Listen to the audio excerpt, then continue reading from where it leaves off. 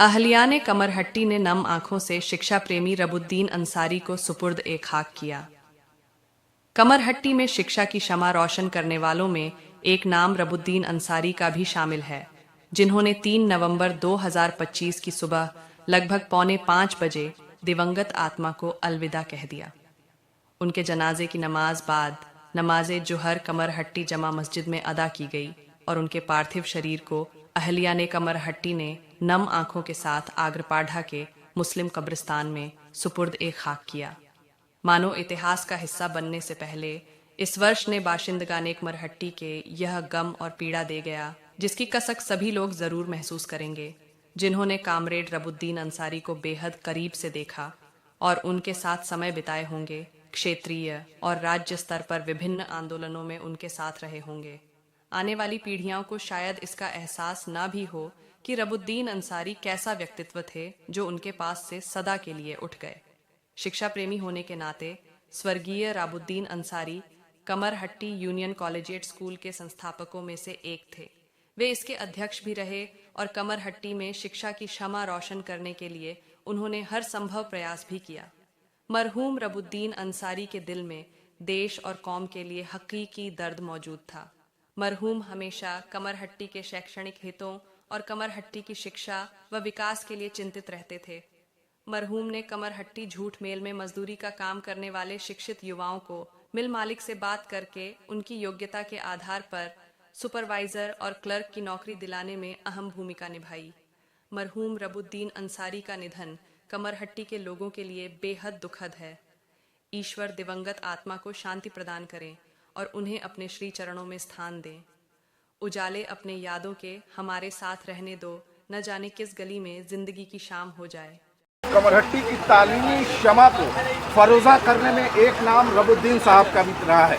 आज उनकी जसद खाकी जिस तरह से अहलिया ने कमरहट्टी ने उन्हें सुपुर्द खाक किया है, क्या कहेंगे? कितना खसारा है हमारे खासकर कमरहट्टी वालों के लिए? ये रबुद्दीन साहब जो मरहूम, अल्लाह इनको जन्नत नसीब करे, ये किसी इंट्रोड्यूस के मोहताज नहीं है। और कहते नहीं है कि कमरहट्टी के बहुत से पिलर जो हैं, जो कमरहट्टी की तालीम और तरबियत के लिए जिन्होंने शान बशाने खड़े रहे हैं, उसमें से एक पिलर रबुद्दीन साहब भी हैं।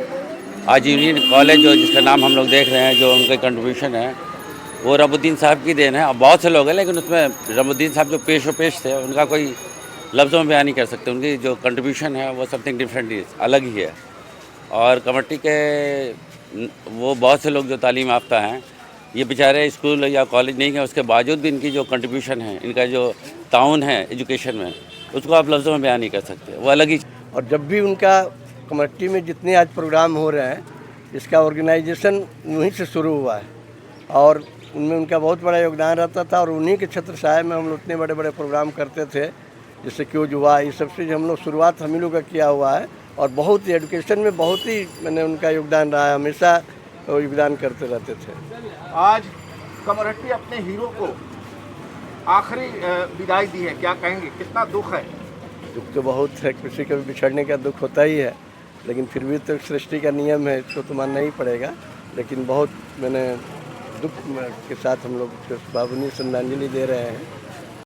अकबर भाई, चूँकि आप भी तालीमी शाहराहों पर काम कर रहे हैं और कमरहट्टी के तालीमी शमा को रोशन करने में रबुद्दीन साहब का कहीं ना कहीं अपना खून जिगर शामिल रहा है, आज पूरी कमरहट्टी अपने इस हीरो को अलविदा करने के लिए आई है, क्या कहेंगे? कितना खसारा रहेगा?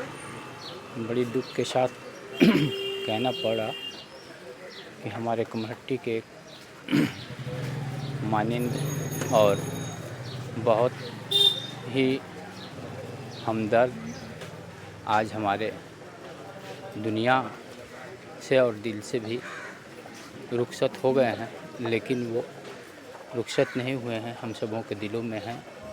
और जो काम कमरहट्टी के वासियों के लिए कर गए हैं, शायद उनकी याद जब तक कमरहट्टी रहेगी वो याद दिलाती रहेगी और हम उन्हें कभी भूल नहीं पाएंगे। यही रबुद्दीन साहब की जो शख्सियत रही है वो कई खानों में बटी हुई है।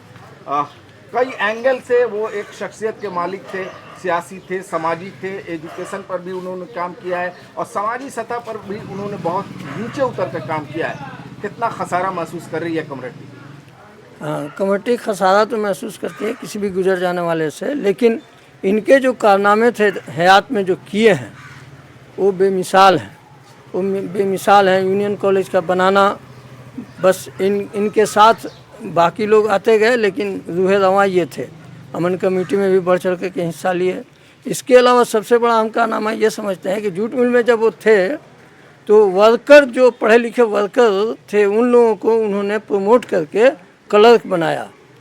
ये बहुत बड़ा काम था उनका।